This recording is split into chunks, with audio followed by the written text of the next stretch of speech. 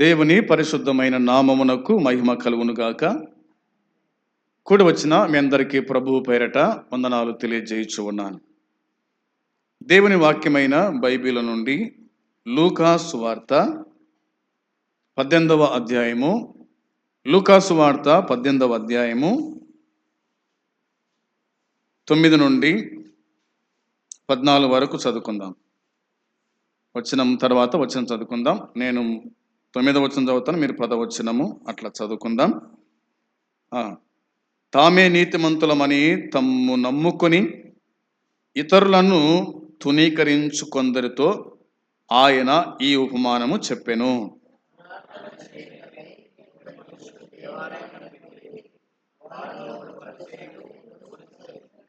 పరిసయ్యుడు నిలవబడి, దేవా, నేను చోరులను, అన్యాయస్తులను, వ్యభిచారులనైన ఇతర మనుషుల వలనైనను ఈ సుంకరి వలనైనను ఉండనందుకు నీకు కృతజ్ఞతాస్తుతులు చెల్లించుచున్నాను.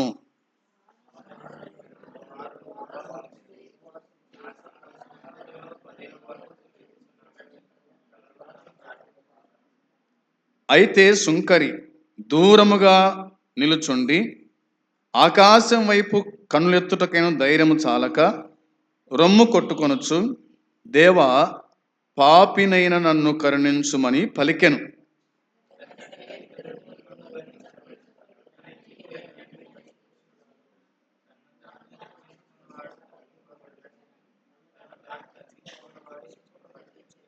ప్రార్థన చేసుకుందాం. ప్రేమగల తండ్రి, పరిశుద్ధుడైన దేవ, నీ పరిశుద్ధమైన పాదములకు వందనాలు, స్తోత్రములు, స్తుతులు చెల్లించుకుంటున్నాము. కనికర సంపన్నుడవు, కృప చూపే దేవుడవు, నిన్న నేడు ఏకరీతిగా ఉన్న దేవుడవు, మాట్లాడే దేవుడవు, మాట సెలవిచ్చే దేవుడవు, నీకు వందనాలు, స్తోత్రాలు చెల్లించుకుంటున్నాం. ఈ దినమందు చదువుకున్న ఈ లేఖన భాగము దీవించి ఆశీర్వదించండి, మాకు వినిపింపజేయండి. మేము విని మేలుక్షేమం పొందినట్లుగా మీరు సహాయపడుమని, దీనదాసుని కూడా మరుగుపరిచి మీరు మాట్లాడుమని యేసయ్య నామంలో అడిగి వేడుకుంటున్నాము తండ్రి, ఆమేన్. ఈ అధ్యాయంలో దేవుడు ఉపమాన రీతిగా మాట్లాడుతూ వచ్చాడు. మొదటి వచనం నుండి 8వ వచనం వరకు పట్టుదల కలిగిన విధవరాల గురించి రాయబడి ఉంది.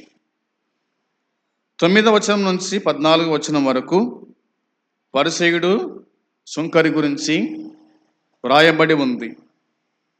15 నుంచి 17 వరకు యేసు చిన్నపిల్లలను దీవించుట గురించి రాయబడి ఉంది. 18 నుంచి మరి దాదాపుగా 30 వరకు ధనికుడైన యువ అధికారి గురించి వ్రాయబడి ఉంది. 31 నుంచి 34 వరకు యేసు మరలా తన మరణాన్ని గురించి ప్రవచించడం గురించి వ్రాయబడి ఉంది. 35 నుండి 43 వరకు గుడ్డివాణ్ణి స్వస్థపరచుట గురించి వ్రాయబడి ఉంది. మనము ఈ దినమందు 2 వ్యక్తుల జీవితం గురించి మనము వినబోతున్నాం. ఒకడు పరిసయ్యుడు, ఒకడు సుంకరి. పరిసయ్యుడు, సుంకరి గురించి 9 నుండి 14 వరకు మనకు కనిపిస్తుంది. 9వ వచనంలో తామే నీతిమంతులని తమ్ము నమ్ముకుని ఇతరులను తునీకరించు కొందరితో ఆయన ఈ ఉపమానము చెప్పెను అనే మాట వ్రాయబడి ఉంది. చాలామంది అవునా, మేమే నీతిమంతులము, మేమే పరిశుద్ధులము, అంతా మేమే అన్నట్టుగా ఉన్నారు.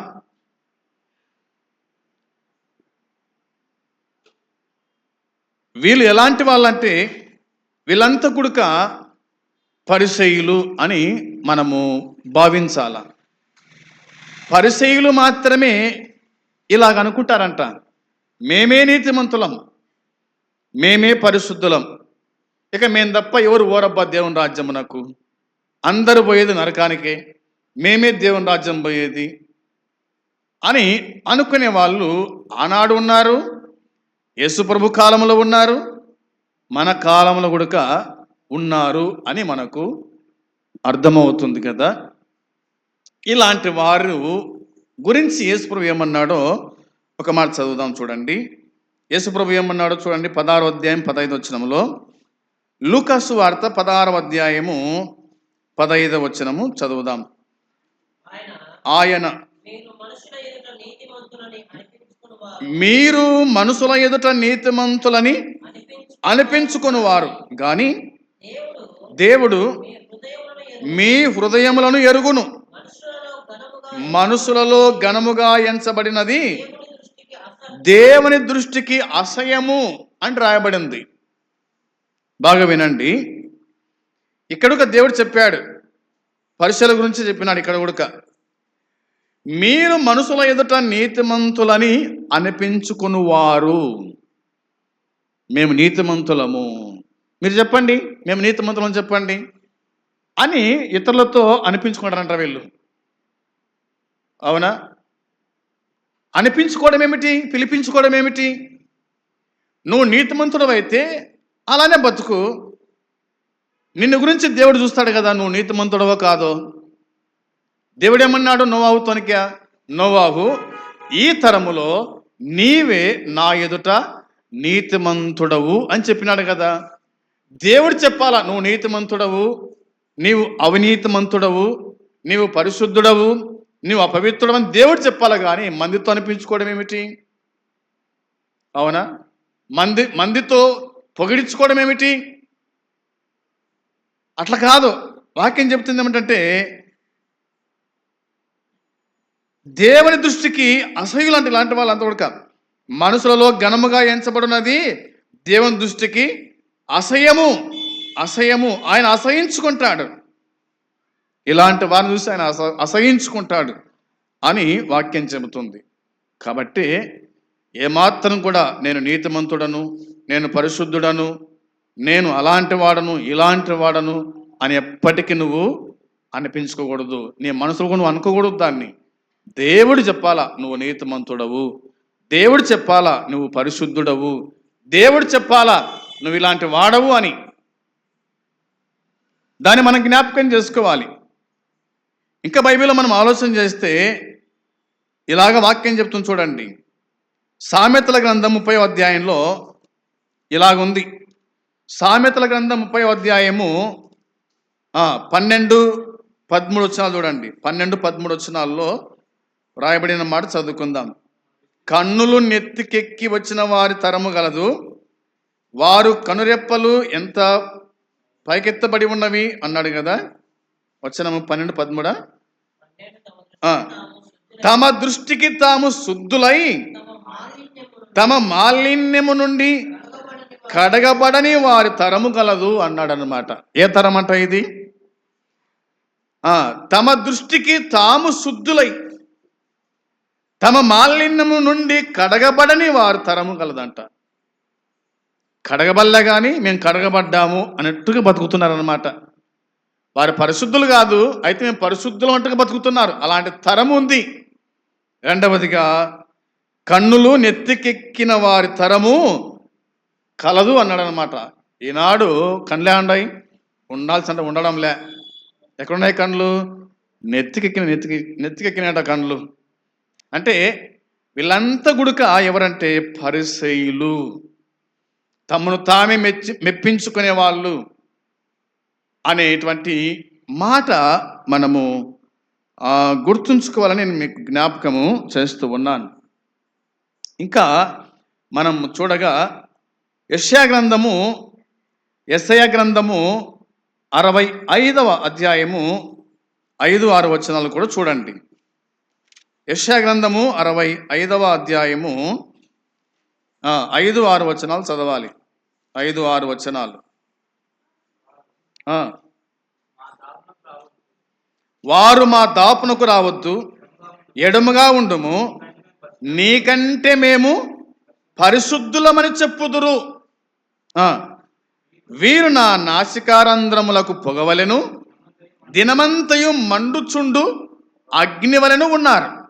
యెహోవా ఇలాగు సెలవిచ్చుచున్నాడు, నా ఎదుట గ్రంథములో అది రాయబడి ఉన్నది, ప్రతికార్యము చేయక నేను మౌనంగా ఉండను, నిశ్చయముగా వారు అనుభవించినట్లు నేను వారికి ప్రతికారము చేసేదను అన్నాడనమాట.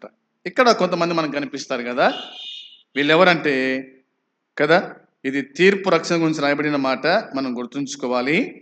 అందులో వారు అనే మాట రాయబడింది. ఎవరంటే వీరు దేవునికి అసహ్యంగా బ్రతికేవారు, పరిసయ్యులు అని మనం చెప్పుకోవాల్సిందే. ఎందుకు ఈ మాట అంటున్నానంటే చూడండి, 4వ వచనం జ్ఞాపకం చేసుకుందాం. 4వ వచనంలో, వారు సమాధులలో కూర్చుండుచు రహస్య స్థలములలో ప్రవేశించుచు పంది మాంసము తినుచుందురు, అసహ్య పాకములు వారి పాత్రలో ఉన్నవి అని మాట్లాడబడింది. కాబట్టి వారు మా దాపునకు రావద్దు, ఎడముగా ఉండుము అంటున్నారు. దేవా, మా దాపునకు రావద్దు, నువ్వు ఎడంగా ఉండు, అంటే నువ్వు దూరంగా ఉండు, మా దగ్గరకు వస్తే మేమంతా మంచి వాళ్ళము కాదు అన్నట్టుగా. అవునా? నీకంటే మేము పరిశుద్ధులమని చెప్పుదురు. అంటే దేవా, నీకంటే మేము పరిశుద్ధులం, అందుకోసం మా దాపునకు రావద్దు, మా యొద్దకు రావద్దు, నువ్వు దూరంగా ఉండు. దేవునితోనే ఈ మాట చెప్తున్నారా? దేవుడు పరిశుద్ధుడు, ఆయన మహోన్నతుడైన దేవుడు, సర్వ సృష్టికి రాజు మహారాజైన దేవునితో వీళ్ళు అంటున్నారు, నీకంటే మేము పరిశుద్ధులమని, నీకంటే మేము పరిశుద్ధులం అని చెప్పుదురు. వీరు నా నాసికారంధ్రములకు పొగవలే ఉన్నారట. పొగ పెడితే నాసికారంధ్రంలో నుండి లోపలికి పోయినట్టుగా కండ్లకు మంట, అవునా, పొమ్మనలేక పొగబెట్టినట్టు అన్నమాట. పొమ్మనలేక పొగబెట్టినట్టు అనమాట. అంటే నువ్వు పో అనకుండానే ఏం చేస్తారు కొంతమంది స్త్రీలు, పొగబెడతారు. పొగబెడితే అది దగ్గుకుంటా బయటకు వస్తారనమాట. ఇట్లా జొతైనారనమాట. దేవుని కూడా వీళ్ళంతా కూడా మేము పరిశుద్ధులము, మేము పవిత్రులము అన్నట్టుగా వీళ్ళు బతుకుతున్నారనమాట. ఇంకేముంది వాక్యములు అంటే, మండుచుండు అగ్ని వలె ఉన్నారు, యెహోవా ఇలాగు సెలవిస్తున్నాడు, నా ఎదుట గ్రంథములో అది రాయబడి ఉన్నది, ప్రతికారము చేయక నేను మౌనంగా ఉండను, నిశ్చయముగా వారు అనుభవించినట్లు నేను వారికి ప్రతికారము చేస్తాను. మీరు అనుభవించాల్సిందే, మీ శిక్ష మీరు అనుభవించాల్సిందే అన్నట్టుగా దేవుని వాక్యమైన బైబిల్ మనకు జ్ఞాపకం చేస్తుంది.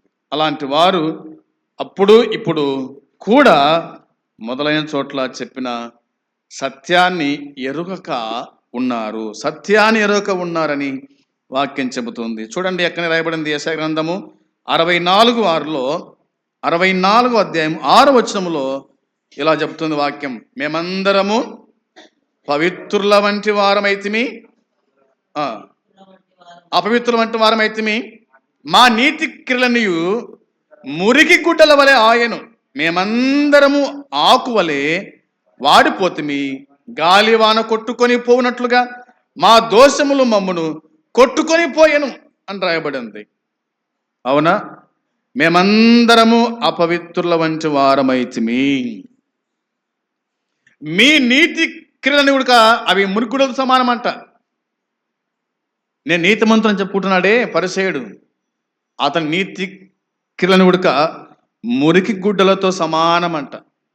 మురికి గుడ్డను మనం ఏం చేస్తాము, ఉతుకుతాము, లేదా పని రాకపోతే దాన్ని పారేస్తాం కదా. అలాంటి నీతి క్రియలు జరిగించు వారు ఈ భూమి మీద ఉన్నారు అనేది దేవుని వాక్యం చెబుతుంది. ఇంకా ఎలా బైబిల్ చెబుతుంది, 17వ అధ్యాయము ఇర్మియా గ్రంథములో ఇలాగుందన్నమాట.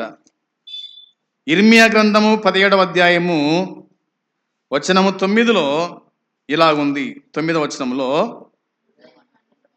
హృదయము అన్నిటికంటే మోసకరమైంది, అది ఘోరమైన వ్యాధి గలది, దాన్ని గ్రహింపగలవాడెవడు అనే మాట ఉంది. అంటే మనిషిని మోసం చేసేది ఏది? మనిషిని మోసం చేసేది ఏమిటి? హృదయం కదా. మనసు మనిషిని మోసము చేస్తుంది. నీకేం బాగున్నావు, అవునా, నీకేం భద్రంగా ఉండవు, నువ్వు నీతిగా జీవిస్తున్నావు, నువ్వు పరిశుద్ధునిగా జీవిస్తున్నావు, ఏం పర్వాలేదులే అని చెప్పేది అంటే నీ మనసే నీతో చెబుతుంది. వాక్యం చెప్తున్నదంటే హృదయము అన్నిటికంటే మోసకరమైంది, అది ఘోరమైన వ్యాధి గలదంట. దాన్ని గ్రహించేవాడు ఈ భూమి మీద ఎవడు లేడు. దేవుడు తప్ప దాన్ని గ్రహించువాడు, దేవుడు తప్ప దాన్ని తెలియజేసేవాడు ఈ భూమి మీద ఎవడు కూడా లేరు. అందుకే చాలా మంది మోసపోతున్నారు, మోసములు పడుతున్నారు, పాపములు పడిపోతున్నారు. ఎందుకంటే హృదయం అలా చేస్తూ ఉంది, మనసు అలా చేస్తూ ఉంది అనేది మనము గ్రహించువారమై ఉండాలని జ్ఞాపకం చేస్తూ ఉన్నాను. పరిసయ్యుని ప్రార్థనలో ఇదే మనకు కనిపిస్తుంది. పరిసయ్యుని ప్రార్థనలో ఇదే మనకు కనిపిస్తుంది. ఏం కనిపిస్తుంది పరిసయ్యుని ప్రార్థనలో? రండి, లూకాసు వార్త 18వ అధ్యాయము 12-13 వచనాలు మనం చదువుదాం. వారమునకు 2 మార్లు ఉపవాసము చేయుచు నా సంపాదన అంతటిలో 10వ వంతు చెల్లిస్తూ ఉన్నాను. ప్రార్థన చేస్తున్నాడంట. వచనం 11 చదవాలి. 11 వచనంలో పరిసయ్యుడు నిలబడి, దేవా నేను చోరులను, అన్యాయస్తులను, వ్యభిచారులనైనా ఇతర మనుషుల వలనైనను ఈ సుంకరి వలనైనను ఉండనందుకు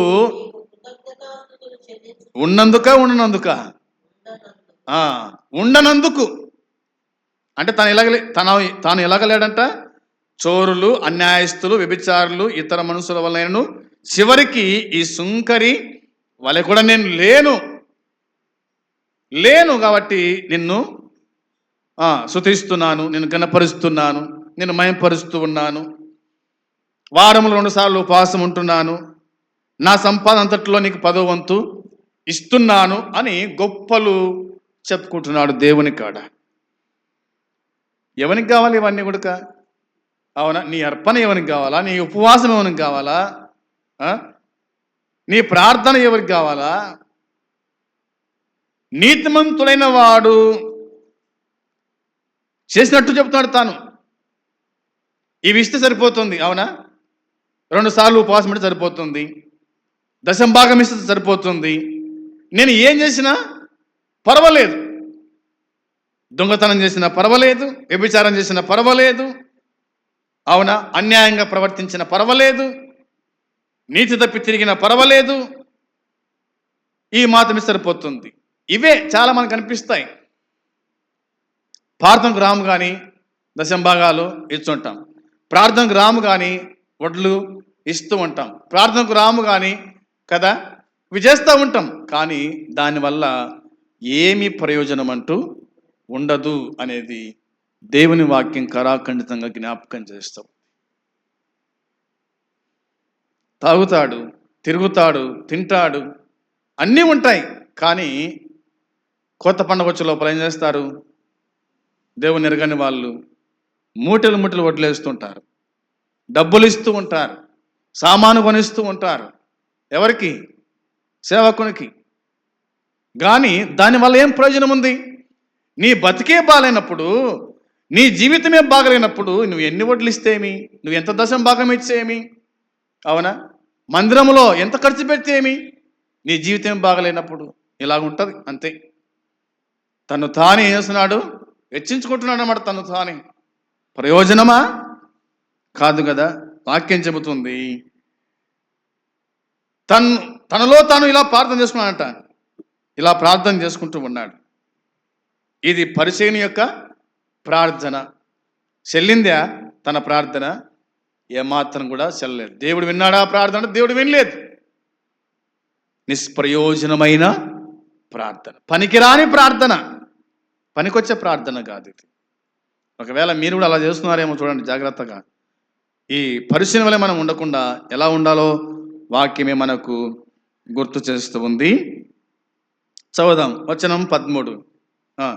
అయితే సుంకరి దూరముగా నిలుచుండి ఆకాశం వైపు కన్నులెత్తుటకైన ధైర్యము చాలక రొమ్ము కొట్టుకొనొచ్చు, దేవా పాపినైన నన్ను కరుణించుమని పలికెను అన్న మాట రాయబడింది. ఈ ప్రార్థన రావాలా మనకు? ఏ ప్రార్థన రావాలా మనకు? దేవా, పాపినైన నన్ను కరుణించుమనే ప్రార్థన రావాలా. పాపిని అని నువ్వు గుర్తిస్తే గనుక నువ్వు పరిశుద్ధునివైతావు. నేను పరిశుద్ధునని నువ్వు గ్రహిస్తే గనుక నువ్వు పాపివే. నువ్వు నీతిమంతుడవు కాదు, నువ్వు అవినీతిమంతుడవు. నువ్వు పరిశుద్ధుడవు కాదు, నువ్వు అపరిశుద్ధుడవే అని వాక్యం చెబుతుంది. ఈ సుంకర్ ఏం చేశాడంట చూడండి, దూరంగా నిలబడ్డాడంట. ఆకాశం వైపు కళ్ళెత్తలకు ధైర్యం జాలేదంట. రొమ్ములు బాదుకుంటూ ఉన్నాడు. బాదుకొని, నేను పాపిని, నువ్వు పరిశుద్ధుడవు, నా పాపాలు క్షమించు అని ప్రార్థన చేశాడు. నా పాపాలు క్షమించు అని ప్రార్థన చేశాడు. దేవుడు తన పాపాలను ఏం చేశాడు? క్షమించినాడు. ఎవరైతే పాపాలు క్షమించమని అడుగుతారో అలాంటి వారి పాపాలను ఆయన ఖచ్చితంగా క్షమిస్తాడు. దేవుడు పాపుల మనవి ఆలకించడు. ఎవడు దేవభక్తుడై ప్రార్థిస్తాడో వాని ప్రార్థన దేవుడు ఆలకిస్తాడని వాక్యము జ్ఞాపకం చేస్తూ ఉంది. వినండి, వాక్యం చెప్తున్న మనం గ్రహించు వారమై ఉందాం. ఇలాగా దేవుని ఎదుట మనల్ని మనమే ఏం చేయాలా? తగ్గించుకోవాలా అనేది వాక్యం చెబుతుంది. ఇలాంటి వారిని చూసి దేవుడు ఆనందిస్తాడు. ఇలాంటి వారిని చూసి దేవుడు సంతోషిస్తాడు అనేది మనము గుర్తుంచుకోవాలి. రండి, 51వ కీర్తనలో కీర్తనకారుడు ఇలా చెప్పాడు చూడండి. 51వ కీర్తన 17వ చరణం. 51వ కీర్తన 17వ చరణంలో, విరిగిన మనసే దేవునికి ఇష్టమైన బలులు, దేవా విరిగి నలిగిన హృదయమును నీవు అలక్ష్యము చేయవు అని రాయబడింది. ఎలాంటి వారు దేవునికి ఇష్టమైన వాళ్ళంట? చెప్పాలి మీరే. విరిగిన మనస్సే దేవునికి ఇష్టమైన. నీ మనసు విరగాలి. నీ మనసు విరగకుండా నువ్వెంత ప్రార్థన చేసినా ప్రయోజనము లేదు. విరిగిన మనసే దేవునికి ఇష్టమైన బలులు అని మాట రాయబడి ఉంది. ఏబేలు బలి దేవుడు అంగీకరించాడు. విరిగిపోయినాడు, నలిగిపోయినాడు కాబట్టి దేవుడు అంగీకరించినాడు. కయీను అర్పణ దేవుడు అంగీకరించలేదు. సుంకరి ప్రార్థన దేవుడు విన్నాడు, పరిసయ్యుని ప్రార్థన దేవుడు వినలేదు. సుంకరి నలిగిపోయినాడు, విరిగిపోయినాడు కాబట్టి విన్నాడు దేవుడు ప్రార్థన. ఇంకా రాయబడింది, దేవా విరిగి నలిగిన హృదయము నీవు అలక్ష్యము చేయవు అని రాయబడింది. విరిగి నలిగిన హృదయాన్ని దేవుడు ఏమాత్రం కూడా నిర్లక్ష్యం చేసేవాడు కాదు. వారి మీద దృష్టి ఉంచుతాడు, వారిని కాపాడుతాడు, వారిని సంరక్షిస్తాడు, వారి పాపాలు క్షమిస్తాడని దేవుని వాక్యం చెబుతుంది. అమ్మా వినాలి, మీరు వినండి. యెషయా గ్రంథము 6వ అధ్యాయము 5వ వచనం. యెషయా గ్రంథము 6వ అధ్యాయము 5వ వచనం చూద్దాం చూడండి. 6వ అధ్యాయము 5వ వచనం యెషయా గ్రంథం. నేను అయ్యో అపవిత్రమైన పెదవులు గలవాడను, నివసించువాడను, నేను నశించితిని. చాలు నేను నశించితిని అన్నాడు అన్నమాట. ఎవరైనా? యెషయా ప్రవక్త. అవునా? యెషయా ప్రవక్త ఏమంటున్నాడు? అయ్యో నేను అపవిత్రమైన పెదవులు గలవాడను, అపవిత్రమైన పెదవులు గల జనుల మధ్య నివసించువాడను, నేను నశించితిని అని ప్రార్థన చేశాడు. అయ్యో అంటున్నాడు. అయ్యో అనే మాట ఎప్పుడు వస్తుందంటే తాను ఎలాంటి వాడో గ్రహించినప్పుడు, తాను ఎలాంటి వాడో ఆలోచన చేసినప్పుడు, నేను ఎలాంటి వాడను కదా, నా పెదవులు అపవిత్రమైపోయినాయి, అపవిత్రమైన జనుల మధ్య నేను ఉన్నాను, నేను నశించిపోతుని అన్నాడు. ప్రభు వెంటనే జోక్యం చేసుకొని ఇలాగా చేశాడు. చూడండి, తనను జ్ఞాపకం చేద్దాం. వచనము 6-7 వచనాలు చదువుకున్నాను చూడండి. 6-7 వచనాల్లో, అప్పుడు ఆ శరాపులలో ఒకడు తాను బలిపీఠం మీద నుండి కారుతో తీసిన నిప్పును చేతబట్టుకొని నా యొద్దకు ఎగిరి వచ్చి నా నోటికి దాన్ని తగిలించి, ఇది నీ పెదవులకు తగిలను గనుక నీ పాపమునకు ప్రాయశ్చిత్తమాయను, నీ దోషము తొలగిపోయెను అన్నాడనమాట. నీ పాపానికి ప్రాయశ్చిత్తం కలిగింది, నీ దోషము, నీ పాపం తొలగిపోయింది అని దేవుడు తెలియజేశాడు. ఎప్పుడైతే మనం ఒప్పుకుంటామో దేవుని సన్నిధిలో, అప్పుడు దేవుడు నీ పాపానికి ప్రాయశ్చిత్తం కలగజేస్తాడు, నీ దోషమును, నీ పాపమును క్షమిస్తాడు అన్నది దేవుని వాక్యమే మనకు గుర్తు చేస్తూ ఉంది. యెషయా గ్రంథము 57:15 చూడండి ఒకసారి. 57వ అధ్యాయము 15వ వచనం. 57:15. మహాగణుడును మహోన్నతుడును పరిశుద్ధుడును నిత్య నివాసి అయిన వాడు ఇలాగు సెలవిస్తున్నాడు, నేను మహోన్నతమైన పరిశుద్ధ స్థలములో నివసించువాడను, అయినను వినయము గల వారి ప్రాణమును ఉజ్జింపజేయుటకును, నలిగిన వారి ప్రాణమును ఉజ్జింపజేయుటకును, వినయము గల వారి యొద్దను దీన మనసు గల వారి యొద్దను నివసించుచున్నాను అన్నాడు. ఆయన ఏ స్థాయిలో ఉన్నాడో దాన్ని తెలియజేశాడు. అవునా? దేవుడు అనగా ఆయన పరిశుద్ధుడు, ఆయన పరలోకమందున్నాడు. ఏ నరుడు కూడా సమీపించని తేజస్సులో ఆయన ఉన్నాడు, మహిమలో ఆయన ఉన్నాడు. అలాంటి వాడు చెప్తున్న మాట చూడండి ఇది. అవునా? మహాగణుడు, మహోన్నతుడు, పరిశుద్ధుడు, నిత్య నివాసిన వాడు ఇలాగూ సెలవిస్తున్నాడు అన్నమాట రాయబడి ఉంది. నేను మహోన్నతమైన పరిశుద్ధ స్థలం నివసించువాడను అంటూ అయినను అన్నాడు. అయినను, అయినప్పటికీ, అయిన గాని, అవునా, నేను అక్కడ ఉన్నప్పటికీ కూడా అంటూ ఇలాగన్నాడు అనమాట. ఏమంటున్నాడు ఆయన? వినయము గల వారి ప్రాణమును ఉజ్జింపజేయటానికి, నలిగిన వారి ప్రాణమును ఉజ్జింపజేయటానికి వినయము గల వారి యొద్దను దీన మనసు గల వారి యొద్దను నివసించుచున్నాను. ఇలాంటి వారికి నేను ఉంటాను, ఇలాంటి వారితో నేను ఉంటాను అని దేవుడైన యెహోవా సెలవిచ్చుచున్నాడు. ఎవరి కాడ ఆయన ఉంటాడంట ఆయన కదా.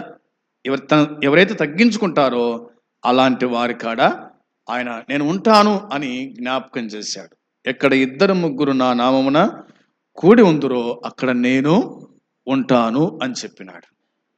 2-3 అంటే అర్థం ఏమిటంటే భర్త, భార్య, పిల్లలు, అంతే. మీ కుటుంబంలో మీరు మోకరిస్తే గనక మీతో కూడా దేవుడైన యెహోవా ఉంటాడు.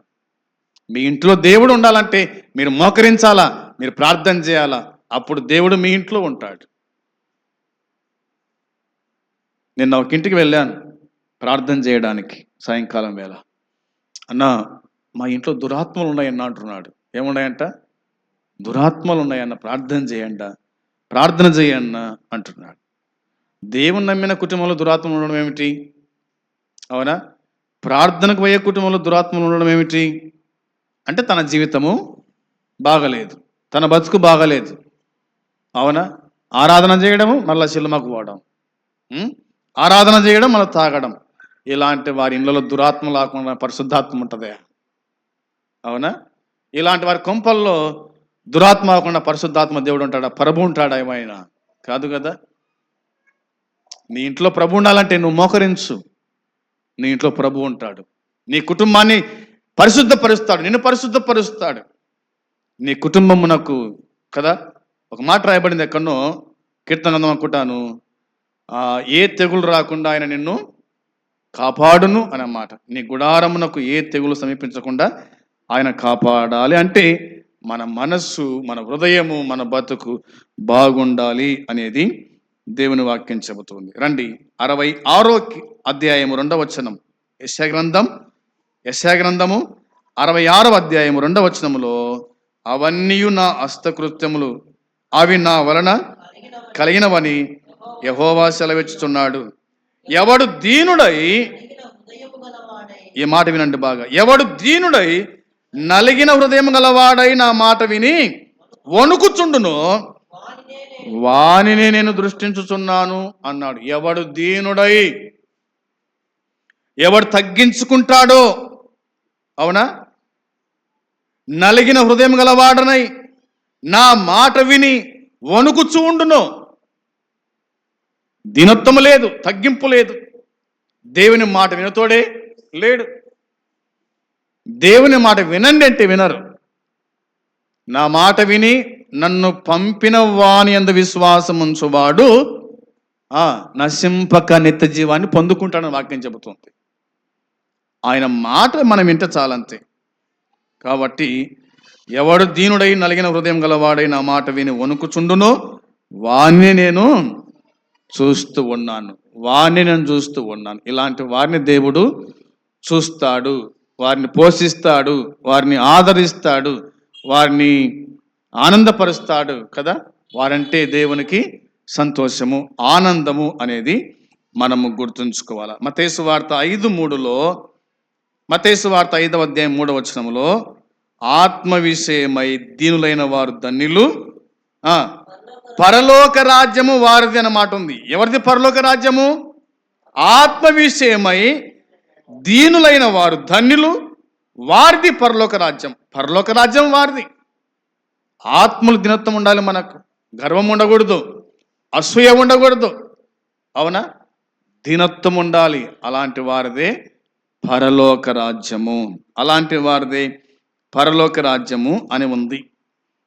మత్తయి సువార్త 6వ అధ్యాయము 12వ వచనం. మత్తయి సువార్త 6వ అధ్యాయము 12వ వచనములో ఎలాగుంది? మా రుణస్తులను మేము క్షమించిన ప్రకారము మా రుణము క్షమించుము అన్నమాట. మనకు క్షమించే గుణము ఉండాలా, మనకు క్షమించే గుణం ఉండాలి.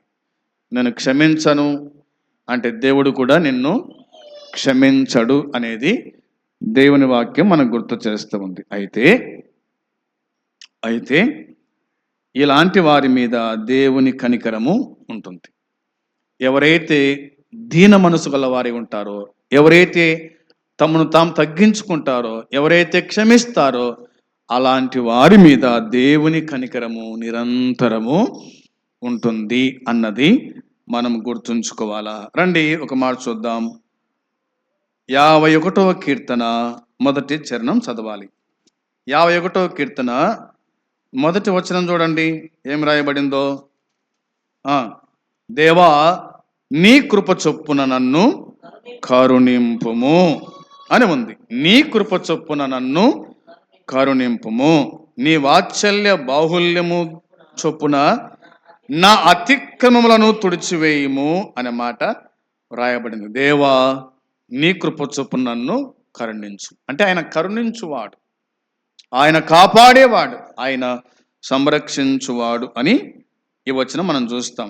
తర్వాత చూడండి ఎఫెసీ పత్రిక 2:4లో, ఎఫెసీ పత్రిక 2వ అధ్యాయము 4వ వచనములో రాయబడిన మాట చూడాలి. 2:4వ వచనం, 2వ అధ్యాయం 4వ వచనం. అయినను దేవుడు కరుణా సంపన్నుడై ఉండి మనము మన అపరాధముల చేత చచ్చిన వారమై ఉన్నప్పుడు సైతం మన ఎడల చూపిన తన మహాప్రేమ చేత మనల్ని క్రీస్తు కూడా బ్రతికించెను, కృప చేత మీరు రక్షింపబడి ఉన్నారు అని రాయబడింది. దేవుడు కరుణా సంపన్నుడు. ఎలాంటి వాడు దేవుడు? కరుణా సంపన్నుడు. మన అపరాధమును పాపమును క్షమించి మనల్ని పరిశుద్ధునిగా చేసే దేవుడు, మనల్ని రక్షించే దేవుడు అనే మాట ఇందులో మనం చూస్తున్నాం. కాబట్టి ఆయన కరుణా సంపన్నుడు అని రాయబడింది. ఇక తీతు పత్రిక 3:5లో, తీతు పత్రిక 3వ అధ్యాయము 5వ వచనములో ఇలా రాయబడింది, మనము నీతిని అనుసరించి చేసిన క్రియల మూలముగా కాక తన కనికరము చొప్పున అనే మాట ఉంది. తన కనికరము చొప్పున, తన కనికరము చొప్పున పునర్జన్మ సంబంధమైన స్నానము ద్వారాను పరిశుద్ధాత్మ మనకు నూతన స్వభావము కలగజేటు ద్వారాను మనల్ని రక్షించినాడు ఆయన. ఎలా రక్షించినాడంట? తన కనికరము చొప్పున మనల్ని రక్షించినాడు. తన ప్రేమ చేత ఆయన మనల్ని రక్షించినాడని దేవుని వాక్యము చెబుతూ ఉంది. పేతురు రాసిన మొదటి పత్రిక 1వ అధ్యాయము 3వ వచనం. 3వ వచనములో వాక్యం చెబుతుంది, మన ప్రభువగు యేసుక్రీస్తు తండ్రిన దేవుడు స్తుతింపబడును గాక. మృతుల్లో నుండి యేసుక్రీస్తు తిరిగి లేచుట వలన జీవముతో కూడిన నిరీక్షణ మనకు కలుగునట్లు, అనగా అక్షయమైనదియు నిర్మలమైనదియు వాడబారనిదైన స్వాస్థ్యం మనకు కలుగునట్లు ఆయన తన విశేష కనికరము చొప్పున మనలను మరలా జన్మింపజేశాను. ఈ మాట గుర్తుపెట్టుకోవాలి. ఆయన తన విశేష కనికరము చొప్పున మనలను మరలా జన్మింపజేసినాడు. ఆయన జన్మింపజేసినాడని దేవుని వాక్యం మనకు గుర్తు చేస్తూ ఉంది. రండి ఈ మాట చదివి మనం ముగించుకుందాం. లూకాసు వార్త 18, లూకాసు వార్త 18వ అధ్యాయము 14వ వచనములో, అతనికంటే ఇతడు నీతిమంతుడుగా తీర్చబడి తన ఇంటికి వెళ్ళేనని మీతో చెప్పుచున్నాను. తన్ను తాను హెచ్చించుకొనువాడు తగ్గింపబడుననియు, తన్ను తాను తగ్గించుకున్నవాడు హెచ్చింపబడుననియు చెప్పాను అని వ్రాయబడి ఉంది. ఎప్పుడైతే సుంకరి తగ్గించుకొని ప్రార్థన చేశాడో అప్పుడు ప్రభు అన్నాడు, అతనికంటే ఇతడు. అవునా? అంటే పరిసయ్యుని కంటే సుంకరి. రాయబడిన మాట జ్ఞాపకం చేసుకోవాలి. అతనికంటే ఇతడు నీతిమంతుడుగా తీర్చబడ్డాడు. అవునా? ఒకప్పుడు అవినీతిమంతుడే, కానీ ఇప్పుడు ఏమైనాడు? నీతిమంతుడైనాడు. ఎట్లా?